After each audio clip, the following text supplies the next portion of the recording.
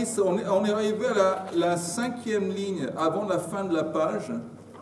5e ligne avant la fin de la page de Mem Daled Amoud Bet, il y a 2 points.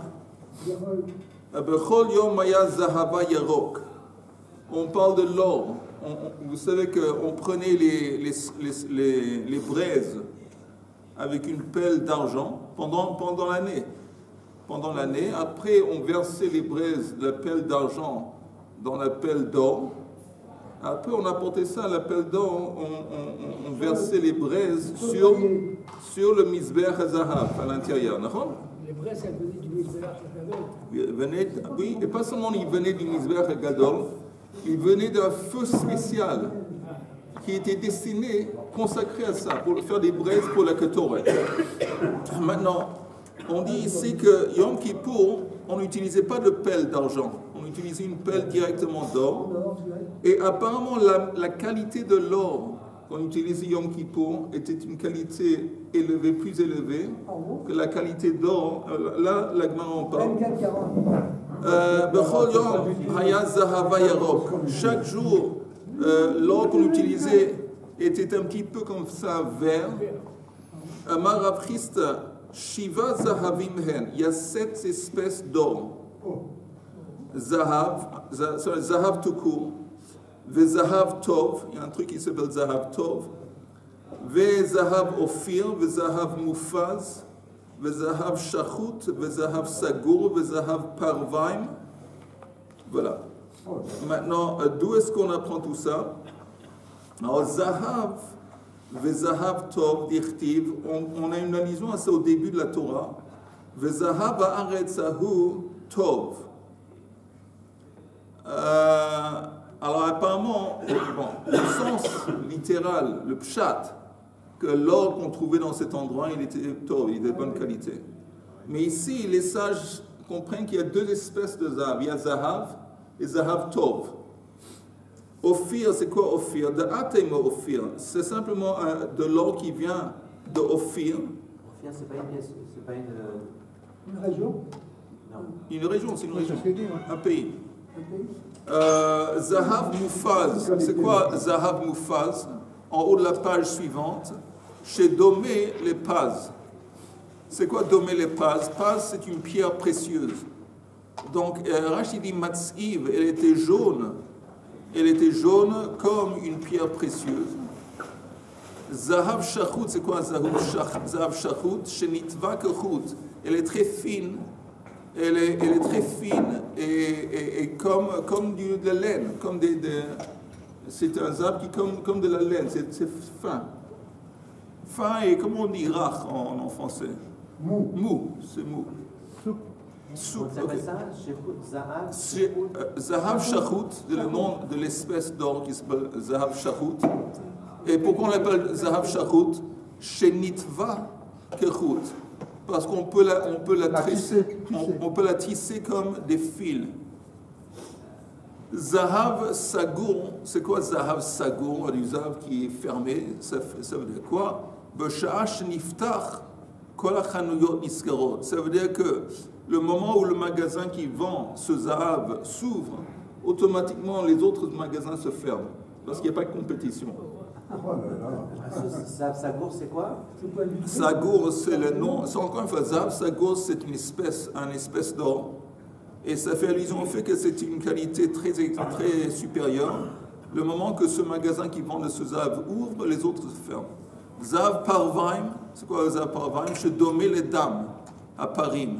Là, c'est un Zahav qui est un peu rouge et qui ressemble un petit peu le rouge du sang de bœuf, de vache. Maintenant, Rav Ashi Amar Hamishahen, il conteste, il dit qu'il n'y a pas 7, il n'y a pas 7 espèces d'or, il y en a 5. Et chacun des 5 comprend dans lui un élément de Zahav, Zahav Tov. Tanya Nami Hachi, il y a aussi une braïta qui confirme Bechol Yom Aya Zahava Yarok, chaque jour de l'année, la deuxième pelle d'or, c'était un or un peu vert.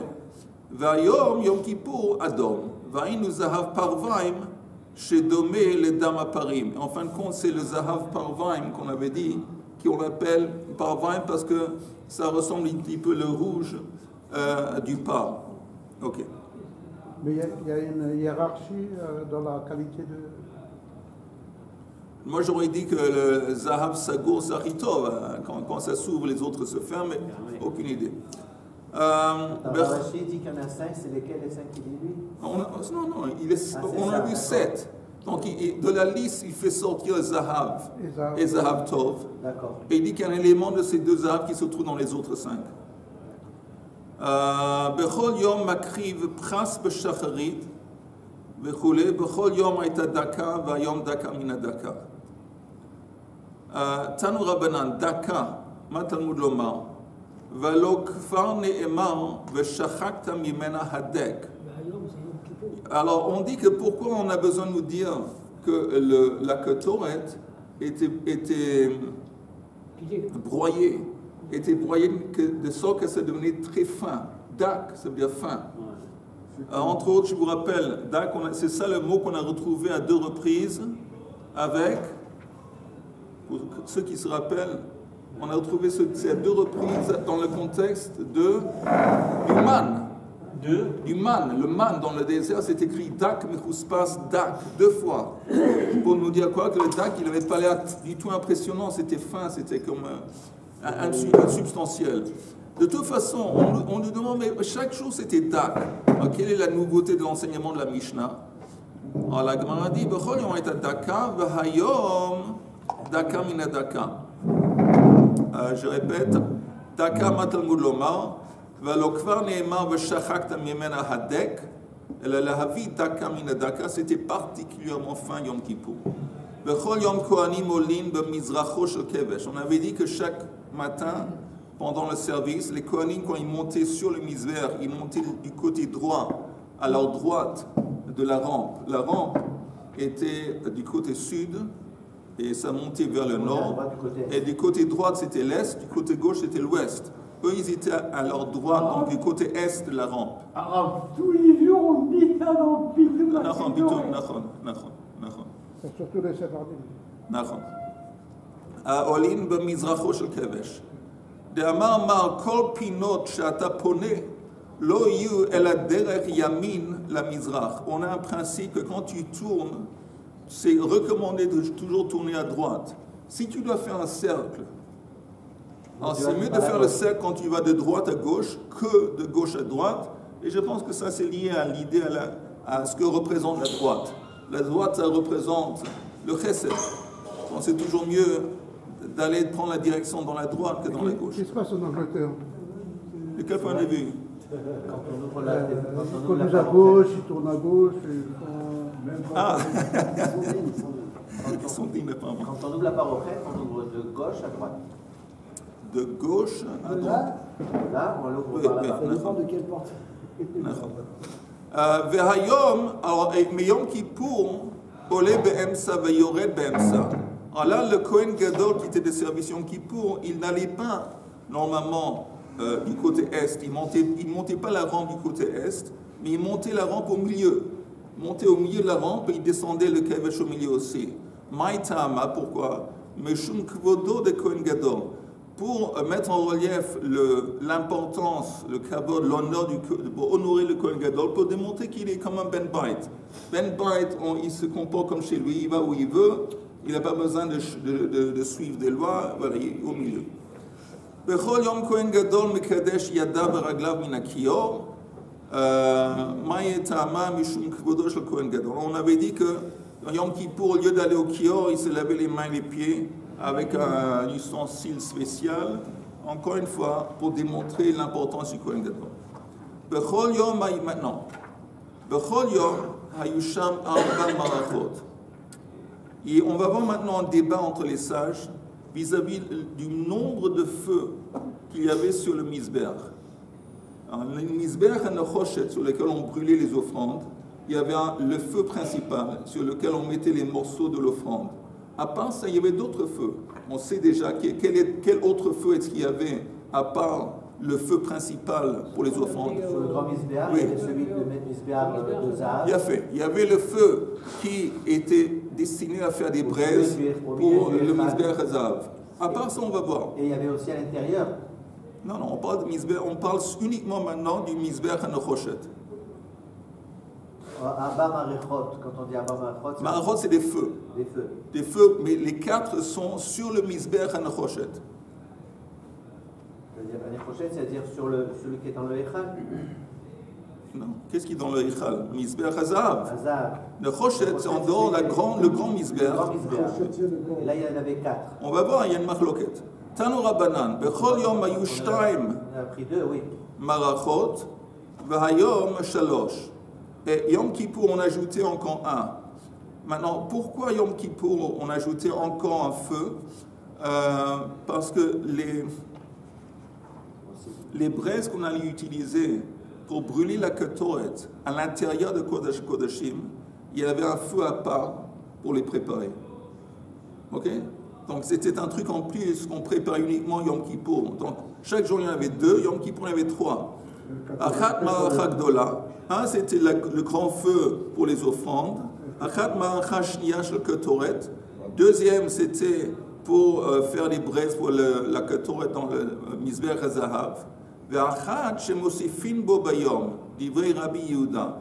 Et le troisième, comme je vous ai dit avant, c'était pour préparer les braises qui vont être introduites à l'intérieur de Kodesh Kodeshim.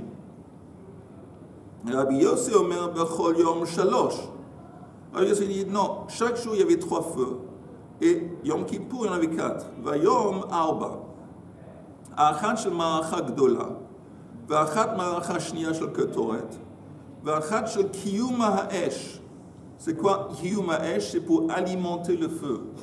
Donc, si on voyait pendant la journée, voilà, si on voyait pendant la journée que le gros feu qui était destiné aux offrandes, il risquait de s'éteigner, il n'y avait pas assez, on prenait du bois ou des braises de la 3e maracha pour alimenter, pour renforcer le feu. Et il faut préciser que ça, encore une fois, c'est pas pendant la période de temps qu'il y avait des miracles. Parce qu'on sait qu'on avait vu qu'un des miracles qui se déroulait constamment dans le temple, qu'il y avait un feu qui descendait du ciel, qui allait pour le Mizbeach HaNechoshet. Néanmoins, il y avait toujours une mitzvah que les Kohanim allaient apporter des bûches et du bois. Mais c'était comme ça. Mais après une certaine période de temps, le feu qui descendait du ciel a arrêté. Et j'imagine que là, on a eu besoin de temps en temps de renforcer, d'alimenter. C'est comme ça qu'on arrive à 4. Maintenant, une autre opinion. Rabbi Omer, Bechol Yom Arba. Chaque jour, il y avait 4 feux. Vayom Chamesh. Alors pourquoi 4 feux chaque jour? Achat Shel Ma'acha Gdola. Vachat Shel Ma'acha Shniya Shel Ketoret. Vachat Shel Kiyum HaEsh. Vachat Le'ivarim U'Pedarim. Je pense qu'ici, il faut dire Rabbi Meir. En dépit du fait que Meir, c'est en parenthèse, je pense qu'il faut le dire Rabbi Meir. Alors, il dit pourquoi il y avait un autre feu. C'était pour les membres de l'offrande qui n'ont pas encore été brûlés et qui ont été offerts le jour précédent. Le jour précédent, on n'a pas le droit de l'ishrot, d'égorger les offrandes et de jeter le sang des offrandes la nuit. On le fait le jour. Mais on a le droit de brûler les morceaux de l'offrande sur le feu, sur le misbéach, pendant la nuit. Maintenant, si on a une accumulation de membres de corps d'offrande qui n'ont pas encore été brûlés, on les met sur ce feu en particulier. Ce qui est écrit ici, je répète. Le jour de Kippour? Non, pendant toute l'année, pendant toute la semaine, toute l'année. Et comme c'est écrit encore une fois, dans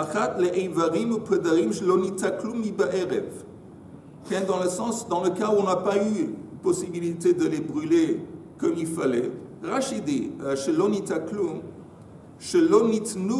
à la maracha, où on n'a pas eu la chance, le temps de les mettre sur le gros feu, où on les a mis sur le gros feu, et ils n'ont pas eu la chance, ils n'ont pas eu le temps d'être consommés par le feu. Pendant toute la nuit? Peut-être on les a mis tard la nuit. Tu sais, il y a quelquefois beaucoup de gens qui arrivent au temple le même jour, beaucoup d'offrandes, et c'est possible que... Donc lui, il dit que Rabbi Meir dit qu'on a besoin d'un feu à part pour, comme on dit, stand-by. Stand-by pour les morceaux de l'offrande qui n'ont pas encore été brûlés. Et ve'achat shemosifin bo bayom. Alors donc on voit, il y a 5, il me semble 5 opinions, 4 ou 5 opinions. Combien de feux il y avait chaque jour et combien on ajoutait Yom Kippour. Maintenant la Gemara dit de chuli alma mihat tartei itlu. Mais de toute façon, parmi toutes ces opinions, tout le monde est d'accord qu'il y avait 2 feux au moins sur le Mizbeach HaNechoshet chaque jour. D'où est-ce qu'on apprend ça? Minalan. Amakra hi haola al mokda al hamizbeach kol halayla. Or, ils apprennent de ce verset dans la Torah qui dit haola al mokda. Mokda, c'est le feu. Donc, sur le feu, ça fait allusion au gros feu. Zomaracha gdola, ça c'est fait allusion au gros feu qui est destiné aux offrandes. Ve'esh hamizbeach tukad bo. Le mot tukad, ça vient encore une fois du mot moked. Et c'est encore une fois une allusion à un feu en plus. Et Zomaracha Shnia Shoketoret. Ça, c'est une allusion au deuxième feu qui est destiné à faire qui fait des braises pour la Ketoret. Parce que c'est écrit Ve'esh, c'est pas écrit Ola. Vous voyez la distinction, le premier verset, c'est écrit Ha'ola al-Mokda. Donc on parle d'une offrande, on parle d'un feu sur lequel on met Ola, des offrandes.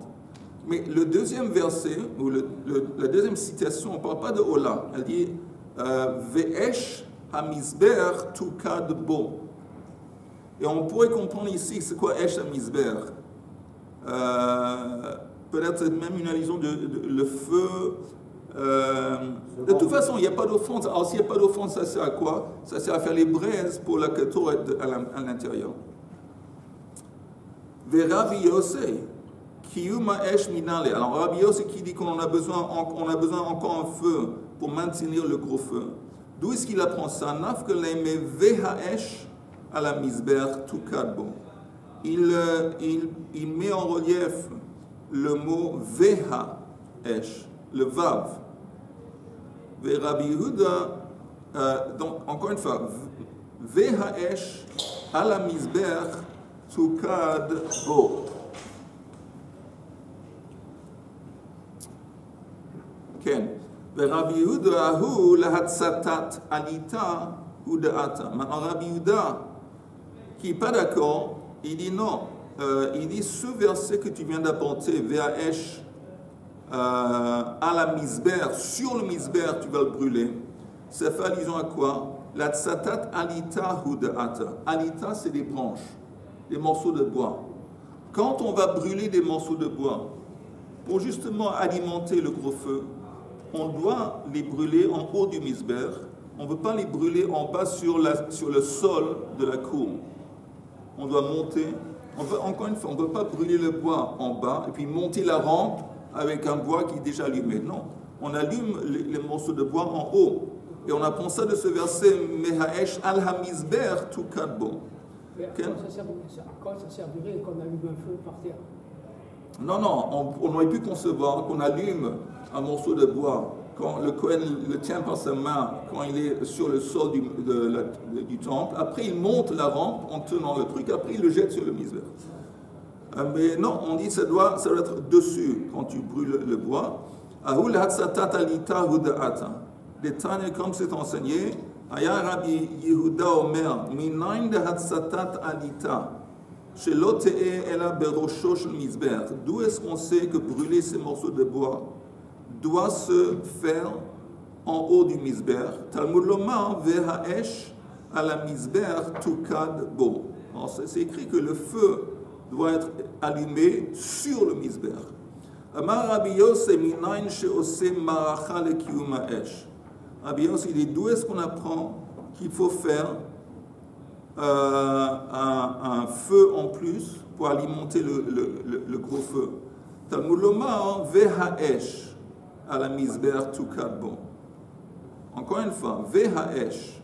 Le mot Vehaesh, ça laisse entendre qu'il y a un feu supplémentaire. Rabbi Yossi hatsatat alita menale. Et d'où ce que Rabbi Yossi qui étudie ce verset en tant qu'allusion à un autre feu, lorsque lui, il va prendre la lacha, apparemment il est d'accord aussi, qu'il faut allumer le bois en haut. Menale, nafkele meheicha de nafkele le Rabbi Shimon. Il suit la piste de Rabbi Shimon, et il se sert du même verset que Rabbi Shimon a utilisé, de Tanya. Venatnu bnei Aharon HaKohen esh al hamizber. C'est écrit que les enfants de Aaron ont mis du feu sur le misber. Et lui, il dit, de là j'apprends, l'imed al hatsatat alita, shelo te'e ela bekohen kasher, ou bekli sharet.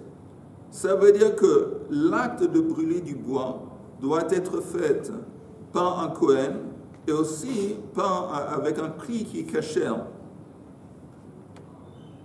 Un cli charrette. Je ne sais pas exactement pour tout vous dire où est-ce qu'on a un cli charrette, où rentre l'idée du cli charrette quand il brûle du bois.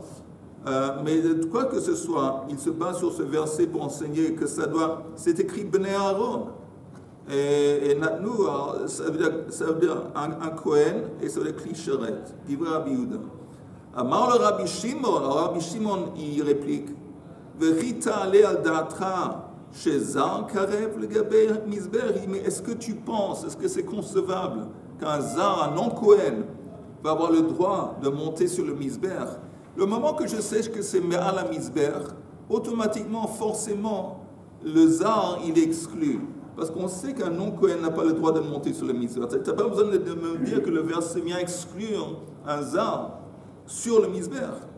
Alors, qu'est-ce que ça vient nous enseigner? Elle a limed al hatsatat alita, shelo te'e ela berosho shel mizber. Encore une fois, ça nous enseigne que le esh la mizber, c'est quand tu allumes les morceaux de bois, ça doit être sur le mizber et pas sur le sol. Rabbi Yehuda Rabbi Yehuda dit non. Si tu utilises ce verset pour enseigner cette idée, il y a un problème. Haba amina kai aara ve'avid b'mapucha kamashmalan. J'aurais pu penser que il y a quelqu'un qui est sur le sol, mapouach, on dit mapouach en français. Un soufflet. Un soufflet. Il y a un Kohen qui est sur le sol, près du misber en bas. Et avec un soufflet, il va faire en sorte que la flamme va être allumée en haut. Donc il dit, comme j'ai besoin de préciser que ça doit être fait par un Kohen. Et j'ai besoin de préciser que c'est en haut parce que sinon j'aurais pu penser que ça aurait été fait par quelqu'un qui était en bas avec un soufflet. Comme un le soufflet, d'un point de vue technique, je comprends. Oui. Combien il avait de hauteur, le misber en haut? 9 amot, il me semble. 9 amot, c'est-à-dire qu'il est à 4,50 m. Oui. Alors celui qui fait avec le soufflet en bas, il va réanimer le feu. C'était un gros soufflet. Ah oui, vraiment un gros soufflet. Tu m'as dit qu'il y a des madrigotes en bas. Il monte sur le madrigote pour s'approcher. Il y a des madrigotes sur le côté? Non. Au point de vue technique, c'est difficilement concevable. Mais tu sais, ils étaient ingénieux. Peut-être ils auraient pu. Et c'est concevable qu'ils auraient créé un soufflet qui était d'envergure. Mais de toute façon, ce qui n'est pas interdit, c'est de prendre un Kohen sur un Kohen. Non, mais la vérité, dans tous les cours qu'on reçoit par Hachem, il n'est jamais interdit d'imaginer. C'est bien. Tu sais, Chaim, on avait vu surtout, ça m'a frappé surtout en Masechet Souka, à quel point il y a une souplesse d'esprit dans l'esprit des sages.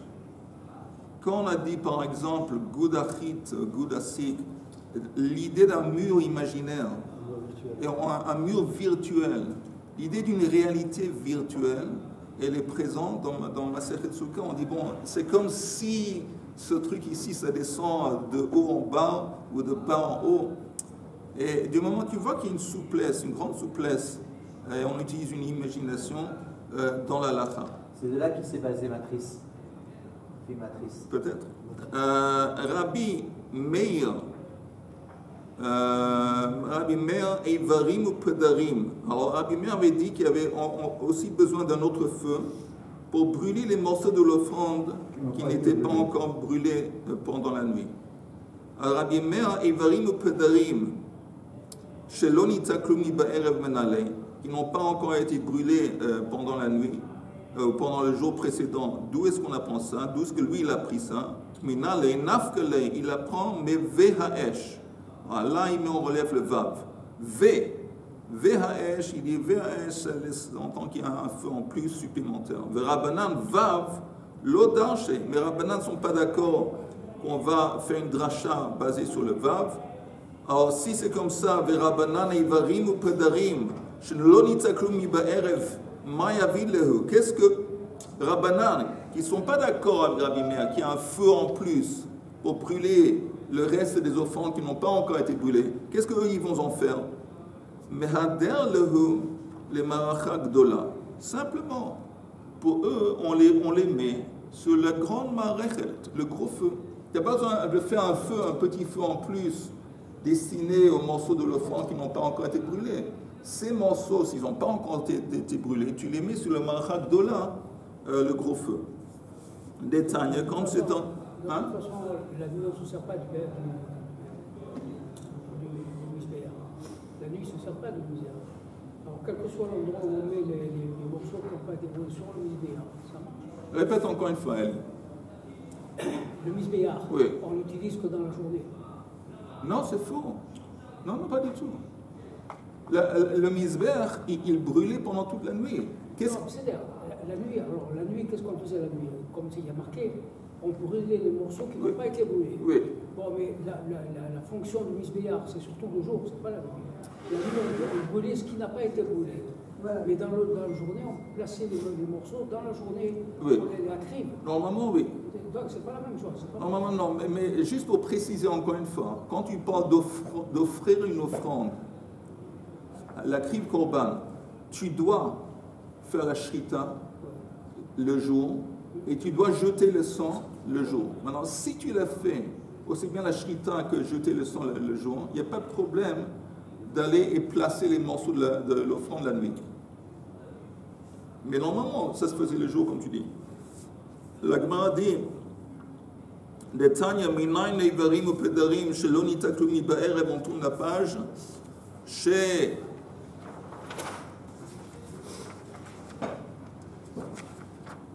Sodran al-Gabei Mizber. D'où est-ce qu'on sait qu'on les mettait en fin de compte sur le Mizber? V'im ein machazikan. Mais si dans le Mizber, le gros feu, il n'y avait pas assez d'endroits pour les mettre, chez Sodran al-Kevesh, ou al-Gabei Sovev. Alors, en attendant, qu'est-ce qu'on faisait avec ces morceaux d'offrande? On les plaçait ou sur la rampe, ou Sovev. Sovev, c'est le petit, disons, autour du misber. Vous entendez, le misber, encore une fois, c'est comme, disons, trois boîtes. Trois boîtes, et chaque boîte qui est mise sur l'autre, elle est plus petite. Alors, ça veut dire quoi? Que comme la deuxième boîte est plus petite que la première boîte, il y a autour un espace. Et l'espace, c'est justement pour permettre aux Kohanim de marcher autour. C'est un couloir, exactement. Alors, s'il n'y avait pas assez d'endroits sur le gros feu pour brûler ces offrandes, qu'est-ce qu'on fait? Ou on les place en attendant sur la rampe, Kevesh, ou al-Gabei Sovev, sur la rampe, sur le couloir, Ad Shiyase Marachak Dola, jusque le grand feu va être disponible. Voilà le Sodran. Talmud Lomar, Asher Tochal Ha'esh et Ha'ola, à la Mizber. Ok? Regardez juste le Rashi. Asher Tochal et Ha'ola. Rashi. Im Eino Inyan le Trilata. Si ça ne marche, si ce verset ne s'applique pas au début, c'est quoi au début? Au début de l'offrande. Pourquoi ça ne s'applique pas au début? De Haktiv, Ha'ola al-Mokda. On a déjà un verset dans la Torah qui parle Ha'ola al-Mokda.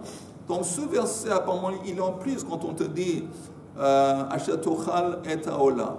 Donc apparemment, Rachid dit Teneu li inyan sofa. Sofa, ça veut dire que ça fait allusion à la fin. C'est quoi la fin? Que, encore une fois, on a dû attendre. On a dû attendre jusqu'il va y avoir de la place qui va se libérer, et puis après, on le met. Exactement. Talmud Lamasha Tochal Haesh ala Ola, ala Mizbeach. Bon, mais Rabbi Meir, Ikulei Ola, Ata Machazir. Apparemment, selon Rabbi Meir, on peut déduire que les morceaux d'offrande qui n'ont pas encore été brûlés, tu les places sur ce feu. Ve'iyata Machazir, Ikulei Ketoret. Maintenant, Ikulei Ketoret, c'est que si on a dans le Mizbeach Zahav, je ne sais pas, des morceaux de Ketoret qui n'ont pas encore été brûlés comme il faut, ou qui ont tombé par terre, selon Rabbi Meir, tu ne les mets pas encore une fois sur le feu. C'est seulement quand on parle des morceaux de la chair de l'offrande qu'on est censé de les remettre et de les brûler et compléter. Mais la Ketoret, non. Detane Rabbi Hanania bar Manyume bedevei Rabbi Eliezer ben Yaakov asher tochal ha'esh et ha'ola ala mizbeach. La Torah précise Ola, Ikulei Ola ata machazir, ve'i ata machazir Ikulei ketoret. Ok? Donc tout le monde est d'accord que cette idée de compléter la brûlure, ça s'applique seulement aux offrandes, Ola, mais pas à la ketoret. Encore une fois, s'il y a des restes de ketoret qui n'ont pas encore été brûlés, on ne va pas les remettre plus tard. C'est quand même bizarre parce qu'à partir du moment où ça a été prévu d'être consumé, ça doit être consumé complètement. Oui, d'accord.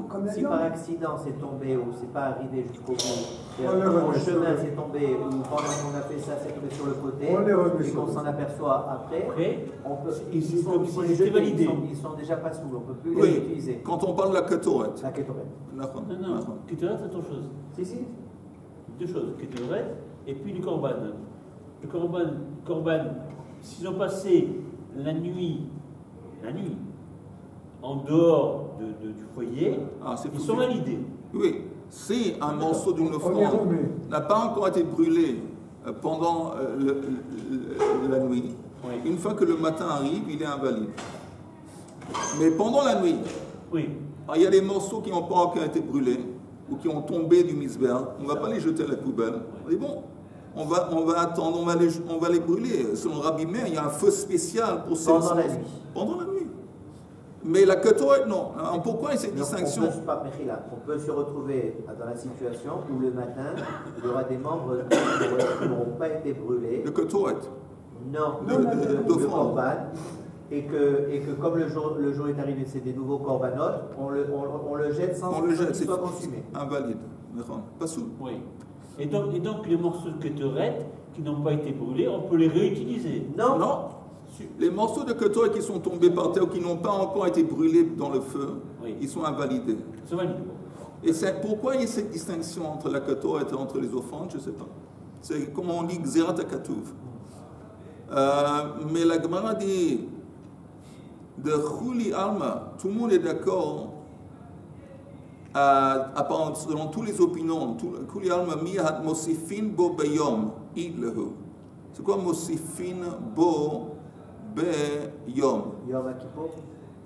Tout le monde est d'accord qu'Yom Kippour, on ajoute un feu sur le gros misbéach spécialement pour Yom Kippour. D'où est-ce qu'ils apprennent ça? Mana lehu, nafke lehu me vehaesh.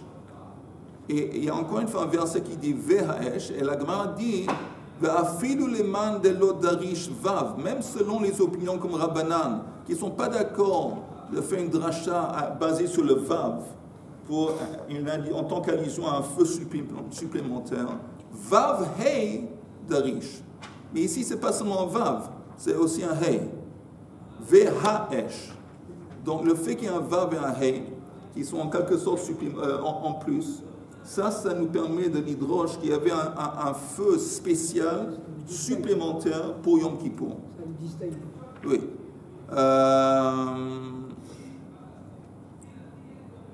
Je pense qu'on va s'arrêter là. Je veux voir si regardez le Rashi. Un Rashi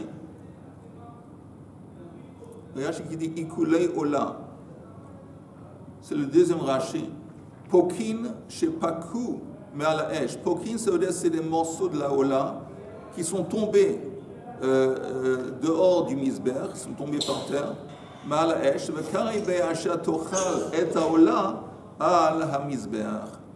ok, on va s'arrêter là. Mais c'est bonne journée.